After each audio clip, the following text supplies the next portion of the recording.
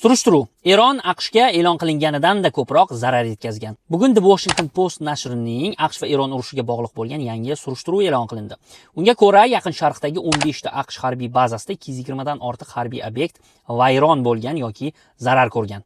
Gap angarlar, kazarmalar, yoqilg'i omborlari, radar tizimlari, aloqa infratuzilmalari, hatto Patriot va THAAD havo mudofaa tizimlari haqida ketmoqda. Bahrayndan Quvaytgacha, Qatar, Iordaniya, Saudiya Arabistoni va Birlashgan Arab Amirliklarigacha bo'lgan hududlardagi AQShga qarashli harbiy obyektlarga hujum qilingan. Tahlilchilarga ko'ra, hujumlar oldindan muvofiqlashtirilgani va puxta rejalangan ekani taxmin qilingan. Hisobotga ko'ra, hujumlar oqibatida kamida 7 nafar AQSh harbiy xizmatchisi halok bo'lgan, 400 dan ortig'i esa yaralangani aytiladi.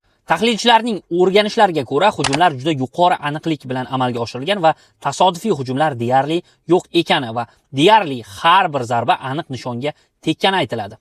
Hisobotda qo'shimcha qilinishicha, mintaqadagi ayrim AQSh bazalari hujumlar xavfi ostida juda himoyasiz deb topilgani uchun AQSh operatsiyalari boshqa joyga ko'chirilgani ham aytilgan. Endilikda esa tahlilchilar yagona savol atrofida aylanishmoqda. Agar AQSh barcha yetkazilgan zarar haqida shaffof axborot bermagan bo'lsa, hamda mustaqil tasdiqlangan manbalar haqiqiy ma'lumot berayotgan bo'lsa, AQSh rasmiylari amerikaliklar va dunyodan yana nimalarni sir tutishmoqda?